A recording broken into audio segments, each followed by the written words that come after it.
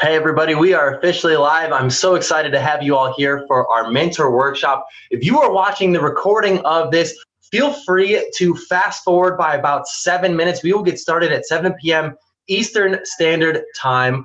By that time, when we get started, we will cover all the key points of this workshop, this first mentor workshop of this semester. Our first, I guess, meeting was the orientation. So this workshop, we're going to cover essentially how to set the proper expectation for your mentor experience. So sit tight. If you're watching the live version, that's awesome. I'm excited to have you all here.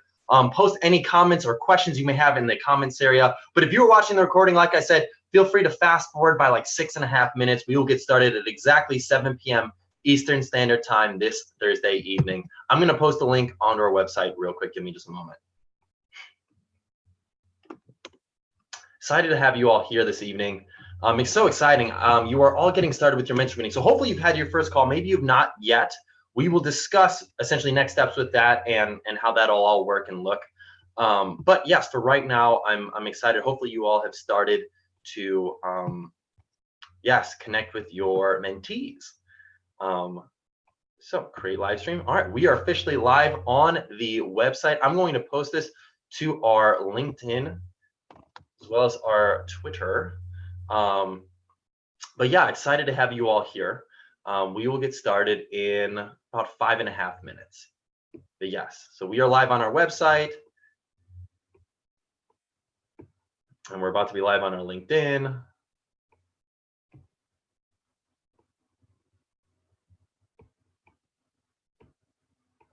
But yes, I'm excited to have you all here. During this workshop, we're going to cover some key crucial topics on building rapport with your mentees and just setting the proper expectations, things that you can do to help them set a vision for themselves, help them find balance. Because a lot of students, they're really struggling with like balancing all the things going on in their world. And I get it. I know they haven't obviously hit the professional world yet, but when it comes to their lives, I mean, they're still building out their own professional acumen and how they can balance their time. They've got a lot of things going on. And so I'm going to give you some questions, some tips, some tactics about how to go ahead and build really strong relationships with your mentee.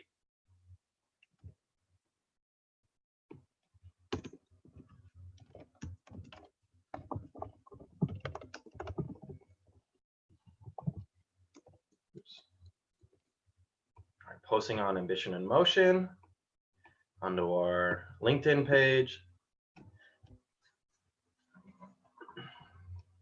Yeah, I'm going to post it onto our Twitter.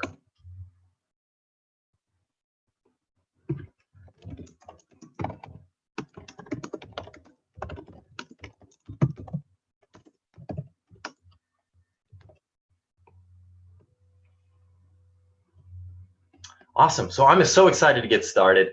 We're going to get started in about 3.5 minutes, but jump in, post any questions you may have about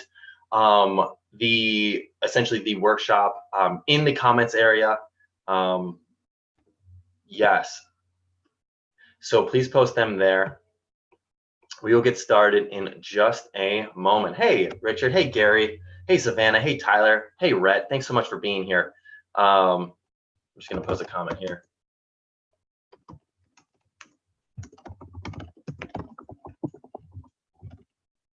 Comments or questions.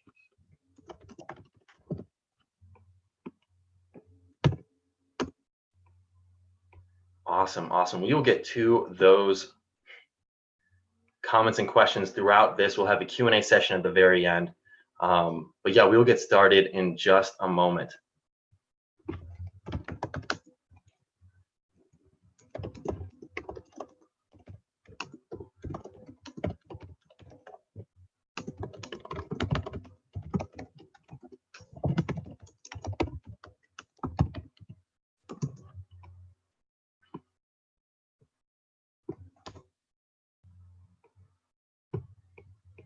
Awesome. We're going to get started in 2.5 minutes. So excited for you all to be here. If you're watching the recording, feel free to fast forward just by a couple minutes. We're going to get started in just a moment. But excited to have you all here. Super grateful that you all are being mentors. It's extremely rewarding and valuable work that you're doing, and it's extremely impactful to these students. And I know obviously sometimes it might seem like, okay, is my advice sticking on these students? I don't know. It is. Sometimes it just takes a while to manifest itself. I know there's the saying, it's like, what was it saying? It's like when the student, or rather, when the student is ready, the teacher arrives. Sometimes I feel like when that comes into play is a lot of times they'll hear a tip or they'll hear some feedback, they'll hear some advice, and maybe they weren't ready to hear it right now, but it takes some time to kind of percolate into their system, into their purview of what is really going on, and then it really sticks with them. So keep that in mind. Mentorship is not a perfect hard and fast rule. Sometimes it takes a while to get through to students. It is an extremely impactful thing, and unfortunately sometimes it is thankless work, because you can make an impact on somebody and maybe they don't follow up with you maybe 2-3 months later or a year later to say, hey, that was really impactful advice. But I'm here to tell you, it does stick, it is valuable, it is impactful, and it is extremely rewarding. And I'm really grateful that you are here to do this, to be a mentor for a student or a young professional. So I'm grateful, and I just want to let you know that. We're going to get started in right around a minute from right now. But yeah, during this workshop, we're going to cover some really important things for just building that relationship with your mentor, and ultimately how to go about just getting the relationship off to the right first step. Now, maybe you've already had your first call with your mentee and it just like, bam, we just hit it off right off the bat. And if that's the case, amazing, fantastic, that's excellent.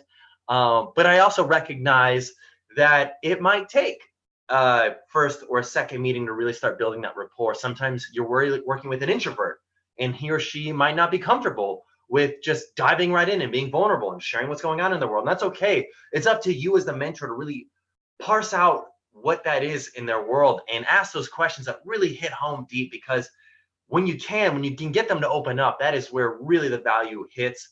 And don't get me wrong, your stories are extremely valuable. You've got a lot of great insight. But if you're spending the majority of the conversations talking about yourself and your story, it is going to be difficult to build that rapport with the mentee. Now, you might be thinking to yourself, well, how is my mentee supposed to learn from me if I'm not sharing my stories or my experience or my expertise? And I can tell you they're learning from you by the questions you ask.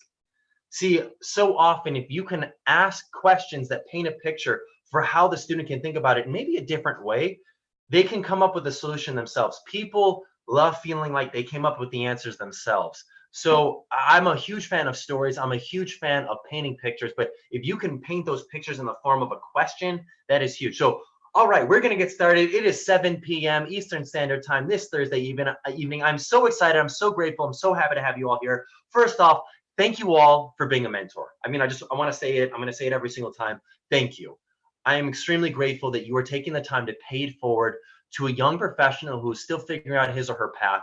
Your work is invaluable. Your time putting into having conversations with this student, with this young professional to help them out as they pursue their path is invaluable. And I'm extremely grateful. And I was just talking before how sometimes it's thankless work. Sometimes the student that you're working with is extremely grateful. They can already see the tangible results. And if that's the case, bam, you hit it out of the park, and that's amazing. Sometimes students are still building up their professional acumen, and it takes them a while or maybe forever to actually acknowledge how impactful your time put in to meeting with them was. But I can promise you that it is extremely valuable. Sometimes it's just difficult for students to show it. But recognize your work is extremely rewarding and extremely impactful. And although it may not seem like it's sticking, it might just be the personality of the student that you're working with. They might be an introvert where they just don't feel as comfortable with sharing their feelings or what's going on in the world. And if that's the case, that's all right. Know that your impact, your stories, your questions are powerful. They're so impactful. So if you have any questions during this workshop, please post them in the comments area. I will get to them. This workshop is going to be about 10 to 15 minutes of content of me just discussing some scenarios that you may be facing. Maybe you're not facing them at all. I don't know. And if there's anything that you feel like, man, Garrett, I love you could clarify that, or if you could talk about this specific situation, please post your questions in the comment area. We'll have about 5 to 10 minutes for that. We will get to that in just a moment. But yeah, during this workshop, we're going to cover how to properly set expectations for the mentor relationships. The best way to go about handling issues with mentees. So maybe they didn't show up on time. Maybe you felt like they didn't come as prepared as you would have liked them to. Maybe they had noise in the background and it felt distracting. Maybe they asked to reschedule on short notice. There are certain things that can happen. We're going to cover how to handle those issues. And then we're going to also cover about how to help students with key issues they face on a regular basis, like finding balance and identifying a vision. So Before we get started into that, I want to talk about the 3 keys to success in being a mentor. And I covered them in the first orientation, but I want to reiterate them because they are so critical. That is strategy, story, and state. If you can hone that, you can be successful. I can promise you that. The most important one is your state physically, like your physiology. What's going on with you? Have you had a rough day? Are you been stressful? Have you had a stressful day? Are you not in a good mood? I mean, if that's the case, you are not in a good state conducive for being a successful mentor. And your student, your mentee, they can read that body language. They can read that vocal inflection if you're doing a phone call. They can read that if you through a video chat. But fortunately, you can do things that can get yourself into a positive state. So what I want you to do right now, and I know it might sound crazy, this is not for popularity points, but I want you to stand up and I want you to shake it out. I want you to get loose. I want you to do some jumping jacks. I want you to scream at the top of your lungs. Just go, yeah, just let it loose, let it out. You got nothing to lose. It gets blood flowing to your brain. It gets you in a state conducive for being successful. And especially when it comes to meeting with your mentee, it is all about getting yourself into a state conducive for being successful. It releases those endorphins in your brain. It gets your blood flowing. It is so vital because your emotions drive your emotions. And I know it might sound crazy. You might think, I've had a really long day. It's been a really rough day. I don't want to have to stand up and jump around and get crazy. I'm telling you, it works. I've done this. I've done this many times with many people. Even if you just do it right now, shake it out, get loose, get crazy, you are going to get yourself into a state conducive for being upbeat and energetic. When you get your blood flowing, you feel better. And when you're feeling better, your student, it radiates that. They can feel that body language. They can feel that vocal inflection. They can feel that you are in a better mood. So do it. It helps. It is so vital. Your state is so crucial. Now, the second most important key is your story. So what's the story that you tell yourself? Are you telling yourself, well, I'm not exactly in the field of my mentee, or I really only want to mentor this type of person or that type of person? I mean, if you have your own agenda when it comes into mentorship, I mean, unfortunately, it's not going to serve you. If you tell yourself, man, I can't, I don't know if I can relate possibly to this person. And, I want to take you back to my story when I spoke about my story a couple of weeks ago about the fact that I was a drug dealer. I was somebody that had gotten caught and I found the power of mentorship and how that impacted my life. And by the way, if you're someone who's just joining in and you didn't see that orientation, I suggest go back, watch it. It's a real quick video. I talk about my story in my past. But the point I'm getting at with this is that you've probably never been a drug dealer before. I mean, maybe you have, I don't know. But you can relate to my story because it opens up that level of vulnerability. Your story is a powerful one. Now, you might think it might have a bigger impact on one certain demographic or another, or one type of person or another. And that might be true. But I can tell you that the value that you have in your story, in the things that you faced to get to where you're at today, that the stumbling blocks that have existed in your life that you could help someone overcome in theirs are huge because they can apply it in their own special way. So be vulnerable, share your story. It is so powerful. It is so powerful. And if you tell yourself your own story about why it won't stick on your mentee, I can promise you it's going to be difficult for you to have a strong relationship with that person. Vice versa, if you have an open mind and tell yourself, you know what? My story is transferable. It can go across engineering to marketing to finance to across genders, across ages, across skill sets. It can go across all these different factors that play into a mentor relationship because it is unique to me and we can always find that common ground. People as humans, we inherently want to find that bridge between ourselves. So back to when I said my story, like most people have not been a drug dealer before, but they've heard my story and they thought, man, this guy's gone through some hardships and I've gone through some hardships and I know what it's like to go through something really difficult. And this guy's clearly done that. And he's found the power of having a mentor. And you probably have had a mentor in your life as well that has helped you get to where you're at today. The point I'm making is that stories are powerful. Be comfortable with sharing yours and recognize that if you tell yourself a story for why you will be successful, you are significantly more likely to have a successful relationship. But if you tell yourself a story for why you won't be successful, it's very difficult for this relationship to thrive. I'll be transparent. I'll be very open and honest. So tell yourself a story for why you'll be successful as a mentor. It is extremely helpful. And then the last part is your strategy. What are the things that you can do to help you prepare for on a regular basis to be a successful mentor? So one thing that I love to talk about, and we'll cover even more strategies during this workshop tonight. But one thing that I really like to do is I like to challenge my mentees to essentially, when we're meeting with each other, I say, hey, what is something that you want to work on between now and our next meeting? And what is the specific action step that you need to take to get yourself there. And in our next meeting, I want to see that you've actually done that, asking them to come to you with something. So then by the next time they have that meeting, the student can say, hey, you know what? I dropped the ball. I'm sorry. I tried. I thought I could fit into my schedule, but it didn't work out. And if that's the case, that's fine. That's okay. That means that typically they've set a too big of a goal for themselves, and that's okay. You're helping them hone it in. They're a young professional. They're still building out exactly what is a realistic goal for themselves and what's not. Sometimes people are optimistic, and sometimes people do get their goals done. And in which case, it's important to challenge them to set a bigger goal, because just because they've hit their goal, whatever that may be, it doesn't mean that they can't strive for more.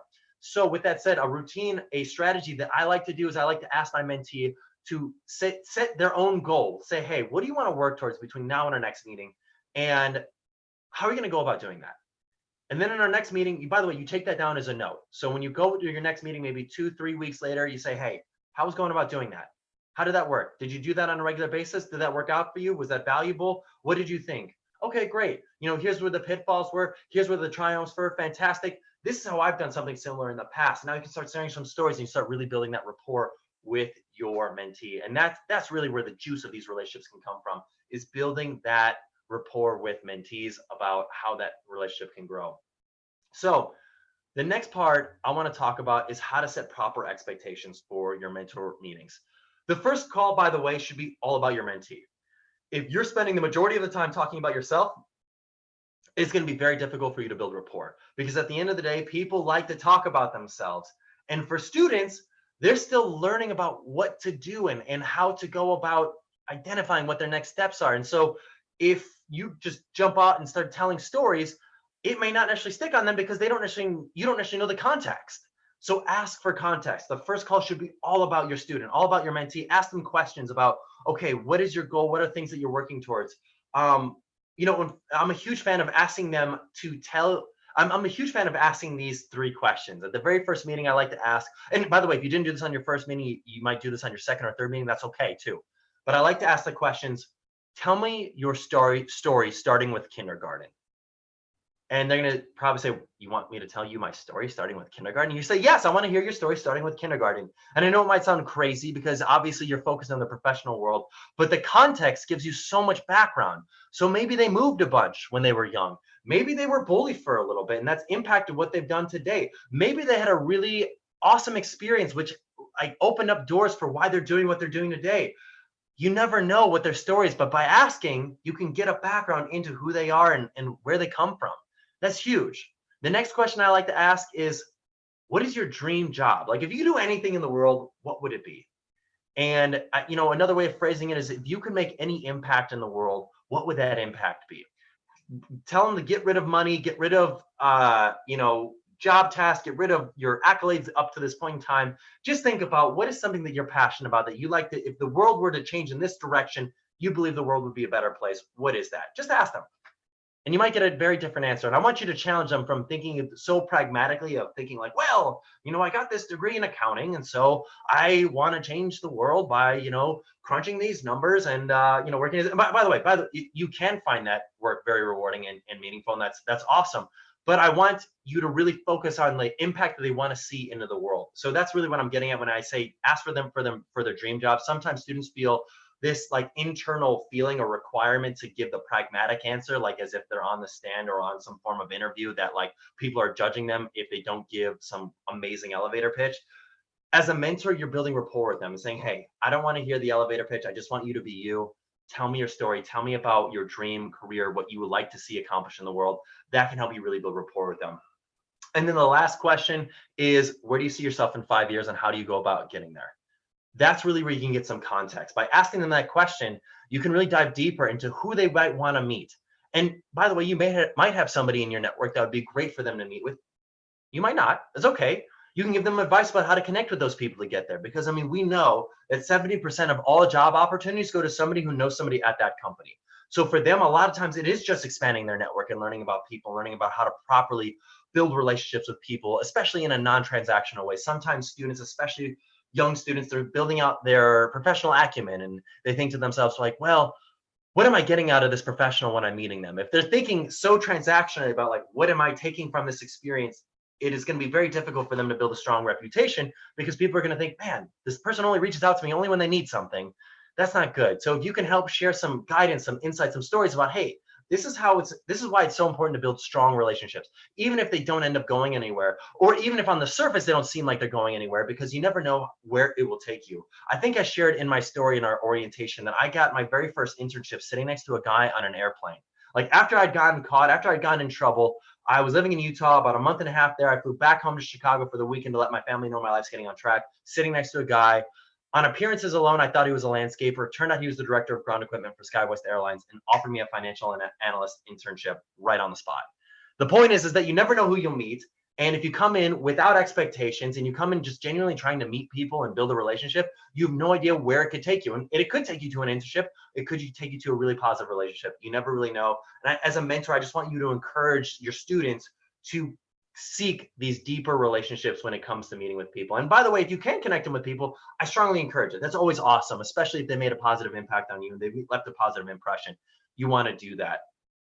Now, once they've learned this information, once you've learned this information about your student, you will build a much stronger bond with them. You'll build much greater rapport with them because they will start to open up to you. They will start to share and be vulnerable with you.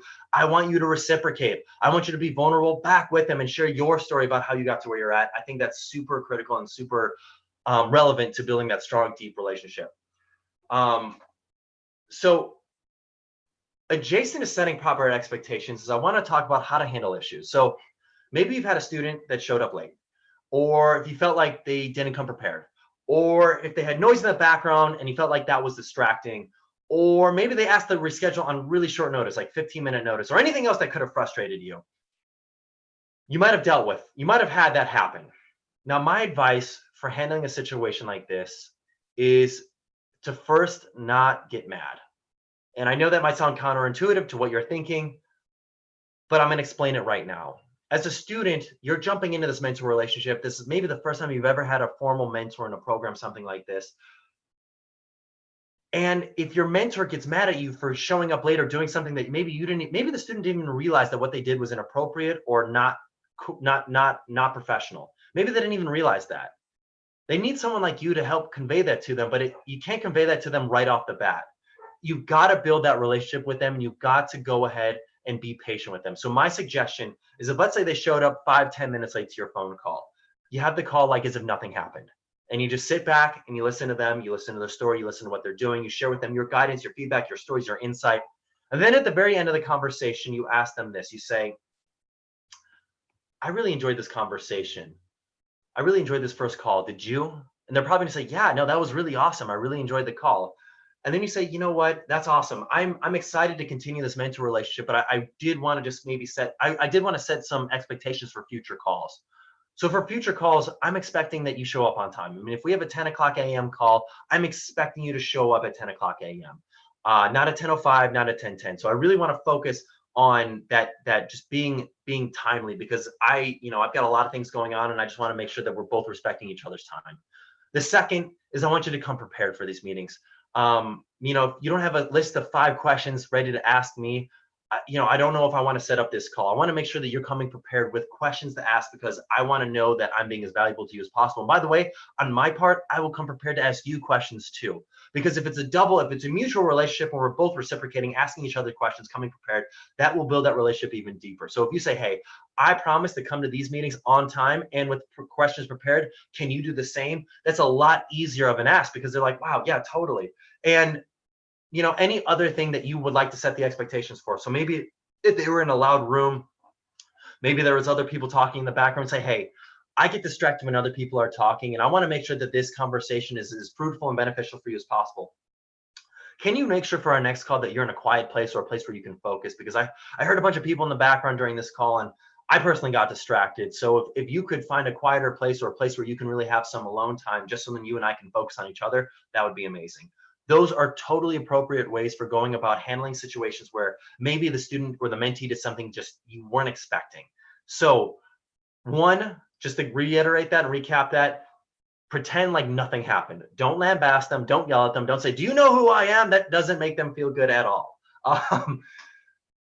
Take the time, listen, build rapport. Once they feel like they've gotten value from that relationship, which they will after that very first call, you then set your expectations. You say, hey, for our future calls, this is what I'm expecting. And by the way, I'll uphold my end of the bargain, but I'm going to expect you to uphold your end of the bargain too. If you can do that, that is one of the best ways to build rapport in that relationship. So the last part is I want to talk about some key things that students tend to get into in terms of that students tend to face when it comes with being a college student or being a young professional, and that is finding a vision and identifying how to have balance in your life. And there's some go-to questions that I really like to ask that really help students get into this mode of thinking. So for vision, I like to ask them in this order, these 5 questions. If this situation were to work out for you in the best way possible, what would it be? And just pause. Take a moment, stop talking, let them answer, and just let them really think about it, because sometimes they might not have even thought about what this situation, whether that be their career, expanding their network, landing that internship, getting into a grad program, whatever it may be. Ask them, if this situation would work out in the best way possible, what would it be? The second question is, what is one thing that seems impossible, but with a little luck and a lot of work, just might be within reach? Often students will potentially come up with their own barriers, their own mental blocks for why they can't achieve this goal. And by putting it out there, by putting their fears out there, by putting their own roadblocks out there, you can help them overcome these roadblocks by asking them these questions, because then it helps them say, you know what? I think I could probably do that. It seems like it could be impossible, but I think it's possible if I put in the work and the effort to do that. That allows them to open up a little bit more to you about where they want to go and what they can go about doing to help them get there. The third question is, what will you commit to doing today, this week, and this month? So what that is it helps them get to tangible things. I mean, we're talking about big, hairy, audacious goals. That could be maybe 1, 2, 3, a year, months out into the future, maybe a year out into the future. But by breaking it down into smaller bite-sized pieces, like what can you do today? What can you do this week? What can you do this month? That helps hold them accountable. It helps create a tangible action plan for how they're going to go about achieving the goal that they've set for themselves. And the fourth question is, who do you know that thinks big? And the cool part about that question is it helps them think about, man, who in my life thinks really big and has accomplished really amazing things? By seeing that role model that they've seen in their own life. And it doesn't, by the way, it doesn't necessarily have to be you, and it probably won't be you. You want to challenge them to think about other people in their world that they really think big and have accomplished some really cool things. Because if they can see that person as a role model, they can tie their own mental anchoring to what their success has been. So then they can see for themselves, wow, I can do this too. I think it was Roger Bannister that was the first person to beat, I think it was like the 4-minute mile, I think it was a 4-minute mile.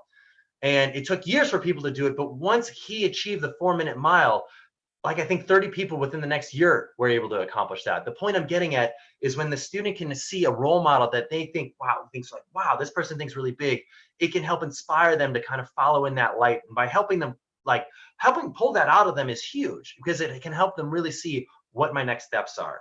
And then the last question I like to ask in terms of helping a student find vision is, what in your life keeps you thinking small? By finishing on this, it helps them really target, what is holding you back? Why can't you accomplish this goal? Why can't you go about doing that? Those are the 5 questions that I really like to ask to help somebody with identifying and honing in on what their vision is. So just to reiterate, those 5 questions were, if this situation were to work out in the best way possible, what would that be? What is the one thing that seems impossible but with a little luck and a lot of work just might be within reach? 3, what will you commit to doing today, this week, and this month? 4, who do you know that thinks big? And 5, what in your life keeps you thinking small? That helps that student hone in on their vision. And then with balance, there are 7 key questions that I like to ask students. By the way, this is a very popular question among students because they're still really have their own professional acumen. They're still adjusting to life in college. They're still adjusting to what is going on in their world. They might not have all their ducks in a row. And they might be running around like they're like a chicken with their head cut off, trying to figure out exactly what the next step is. So the 7 questions that I like to ask to help a mentee with balance is, what do you want to say yes to in your life? That question is so critical because what it does is it allows a student to really think about, okay, what do I want more of in my life? And then the second question very naturally is, what do you need to say no to? Often when people feel like they're out of balance, they're stretched thin, they're really stressed out, it's because they're saying yes to things that they really shouldn't be saying yes to. They're saying yes to way too many things. and they're not really focused on exactly what they need to say yes to more often up. So they're like, I'm doing this and I'm doing that. I'm volunteering for this. I'm doing this internship. I'm getting these grades. I'm doing these study sessions, participating in this organization. It's difficult for them to really figure out what is most important to them. So by asking them, what do you want to say yes to more in your life? What do you need to say no to? What do you need to say no to? That's critical.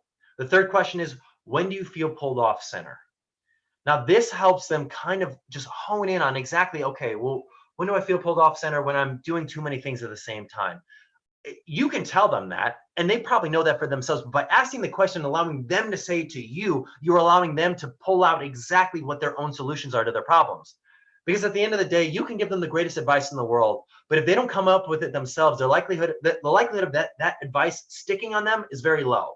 But if you ask them the questions that allow them to pull out the answers, the likelihood that it sticks with them is much higher because it's their idea. They feel like they came up with it. So that's just one way of asking. That's a great way to just get them to open up and share a little bit more. And then for the natural question after that is, what contributes to this feeling? Like, what contributes to you feeling off center? So maybe I feel off center when I've got a test coming up and I've got to do this organizational thing and I've got my internship. And what contributes to this feeling is me saying yes to too many things. The next question number 5 is, when do you feel most grounded in life?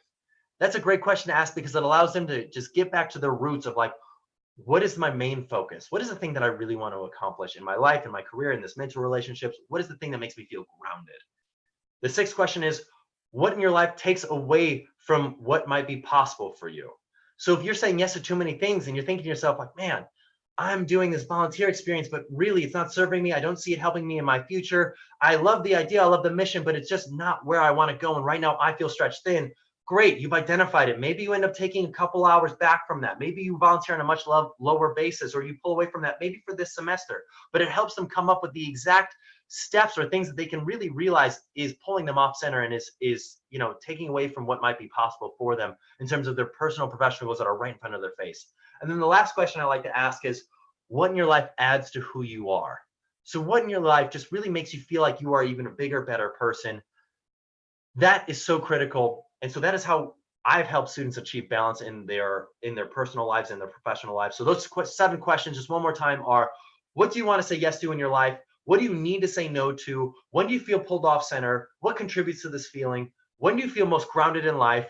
What in your life takes away from what might be possible for you? And what in your life adds to who you are? Those are the 7 questions that I really like to ask students to help them with achieving balance. So by the way, if you're like, man, what are those 7 questions, or what are those 5 questions? I'll actually post them in the comments section so then you can just see them. If you want to watch the recording of this, you are more than welcome.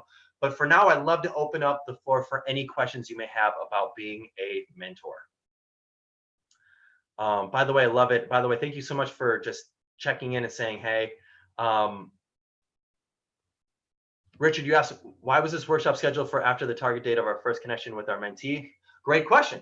So Richard, we host workshops throughout the semester. So yes, this target date is meant to be after your first meeting with your mentee. The orientation was the very first meeting that we had, and that was a couple weeks ago. And that was supposed to be the pre-meeting for meeting with your mentee. But now throughout the semester, we've got these voluntary workshops, which you can come to. By the way, if you don't have the time to come to this, I understand. It's totally all right. But we find them to be extremely valuable for mentors that are thinking to themselves like, man, I'm facing these situations and I don't actually know exactly what my next steps are with my student. Can I get some guidance and insight throughout this semester to help me as I build my relationship with my mentee? The answer is yes, and they are through these workshops. So we'll have another workshop in a few weeks from now, and then another workshop in early November.